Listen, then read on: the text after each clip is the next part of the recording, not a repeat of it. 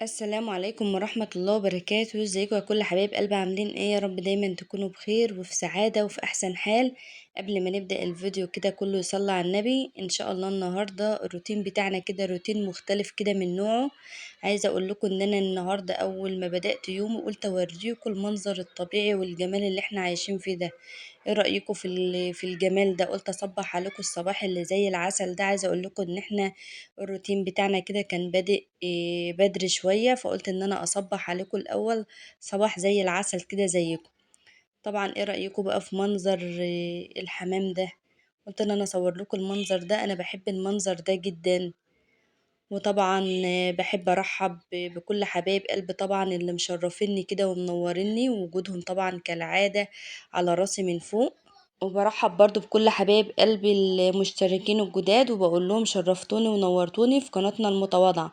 وطبعا لو اول مرة بتشوفي القناة بتاعتنا دي، ياريت طبعا تشتركي في القناة وتفعلي كده الجرس.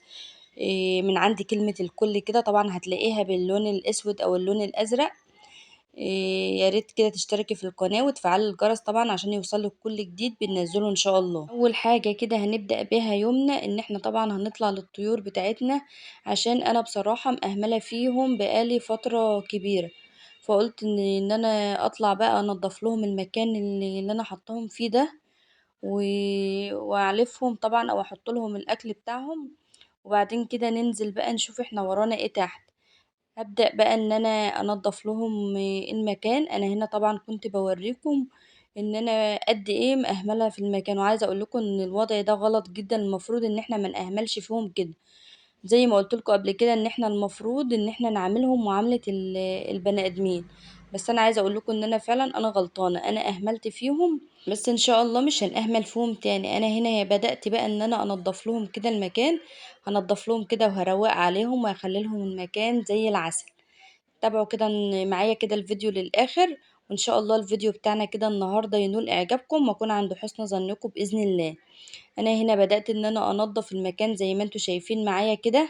بعد كده بقى ما نظفت المكان بدأت إن أنا أحط لهم الأكل بتاعهم. حطيت لهم الأكل كده والمية، وبوريكم بقى كده المكان بعد طبعا ما نظفته وشيلت طبعا الحاجة اللي كانت فيه.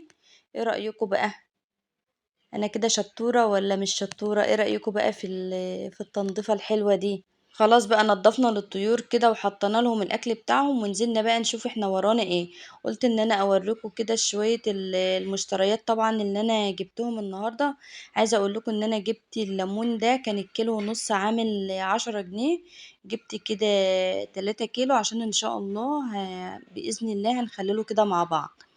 هنا جبت كده 3 كيلو. عايزة اقول لكم ان الليمون ده اصفر وكله مية يعني وجميل. هيبقى ان شاء الله كده حلو في التخليل. احنا بنحب الليمون المخلل يعني. جبت هنا برضو كالعادة كده الباكو الشاي الصغير، والباكو ده كان عامل 10 جنيه. وجبت كمان كيس السكر ده كان عامل 35 جنيه. جبت الباكو الشاي ب10، وكيس السكر ده كان عامل 35.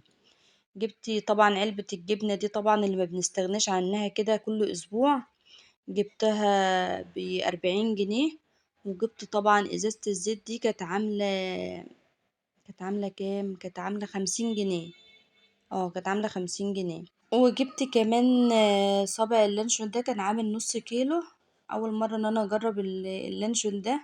وجبته ب60 جنيه. وجبت كمان البيض طبعا بتاعنا. عايزة اقول لكم ان دي كماليات كده انا عندي، بس قلت ان انا ازود يعني. فقلت ان انا اجيب الكماليات دي وازود بيها طبعا. الحاجة اللي عندي دي طبعا مش مشتريات اسبوع ولا حاجة. انا لما بعوز ان انا انزل اشتري حاجات ناقصاني بنزل على طول، لان طبعا المحلات موجودة جنبنا على طول والبياعين طبعا موجودين. فطبعا انا ممكن ما بجيبش الحاجة اسبوعية، ممكن بنزل كل يوم او يومين تبع ما انا محتاجة الحاجة اللي انا عايزاها. انا هنا طبعا جبت نص كيلو طبعا من الطماطم كده، كنت جايباه جامد كده ينفع طبعا للسلطة.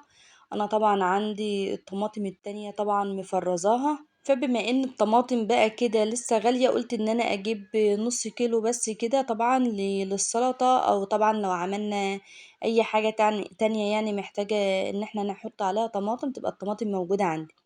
جبت كمان هنا طبعا نص كيلو زي ما قلت لكم كده من الطماطم. النص كيلو ده كان عامل 10 جنيه، لان طبعا الطماطم عندنا ما رخصتش خالص، يعني لسه ب20 جنيه زي ما هي. جبت كمان كده نص كيلو كده من الفاصوليا الخضراء. عايزه اقول لكم ان الفاصوليا الخضراء غاليه قوي، يعني الكيلو فيها عامل 25 جنيه. جبت النص ده كان عامل 12 جنيه ونص. جبت كمان نص كيلو كده من البتنجان. البتنجان كان عامل 10 جنيه، جبت نص كيلو كده ب5 جنيه. عايزه اقول لكم ان دي مش مشتريات اسبوعيه، دي كماليات كده، ان انا بحب ان انا اجيبها ازود بيها طبعا الحاجه اللي عندي، وطبعا لو احتجت بنزل اجيب الحاجه اللي انا عايزاها على طول. جبت كمان نص كيلو كده من الخيار. عايزه اقول لكم ان الخيار غالي جدا، يعني الكيلو فيه كان عامل 20 جنيه. جبت نص كيلو كده كان عامل 10 جنيه، لان طبعا ما بستغناش عنه. طبعا كان عندي فلفل، وكان عندي طبعا حاجات تانية، فدي طبعا كماليات كده كنت انا محتاجاها. عايزه اقول لكم كده حبايب قلبي ان الاسعار الله المستعان، يعني ربنا يا رب يرخي قوتنا وقوت المسلمين جميعا يا رب، وانصر اخواننا يا رب في كل بقاع الارض. انصرهم يا رب في غزة، وانصرهم في السودان، وانصرهم في سوريا، وانصرهم في كل مكان، اللهم امين يا رب. عايزه اقول لكم بقى ان انا اليوم ده كان عندي شويه حماس او نشاط كده، ان انا طبعا طلعت نظفت للطيور بتاعتنا ونزلت طبعا عملت فطار، وجبت شويه المشتريات اللي احنا شفناهم مع بعض دول. وكان عندي كده شويه هدوم او دورين كده من الهدوم.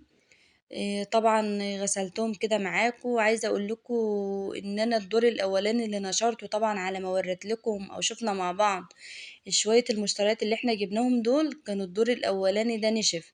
هنشر طبعا الدور التاني ده، وان شاء الله يعني نص ساعه كده بالظبط، وهشيله وهطبقه برضو واحطه مكانه. عايزه اقول لكم ان احنا طبعا عشان في الخلا زي ما انتوا عارفين، الغسيل طبعا بينشف عندنا على طول، عشان الايام دي طبعا كل سنه وانتم طيبين كده داخلين على الشتاء، او احنا بتهيالي دخلنا على الشتاء. مش عارفه، بس انا حاسه ان الجو كده، يعني انا بحس بالسقعه فيه. مش عارفه بقى، اللي زي كده بقى يقول لي في التعليقات. بعد ما خلصنا كده بقى الروتينات بتاعتنا، قلت كده اختم اليوم بتاعنا كده بصينيه مكرونه بلبن، او مكرونه بسكر كده زي ما بتسموها. عايزه اقول لكم ان الطعم بتاعها كان تحفه. ان شاء الله هسيب لكم الطريقه كده والمكونات بتاعتها في صندوق الوصف باذن الله. طبعا بقى لو وصلنا لعندي هنا من الفيديو، ما تنسونيش طبعا باللايك الجميل بتاعكم، وقولوا لي طبعا رأيكم الحلو كده في التعليقات. طبعا انا بستنى ان انا اقرأ تعليقاتكم الجميلة. وطبعا شيري كده الفيديو مع اصحابك، عشان طبعا قناتنا المتواضعة دي تكبر بيكم وليكم ان شاء الله. بحبكم في الله يا اغلى اخوات.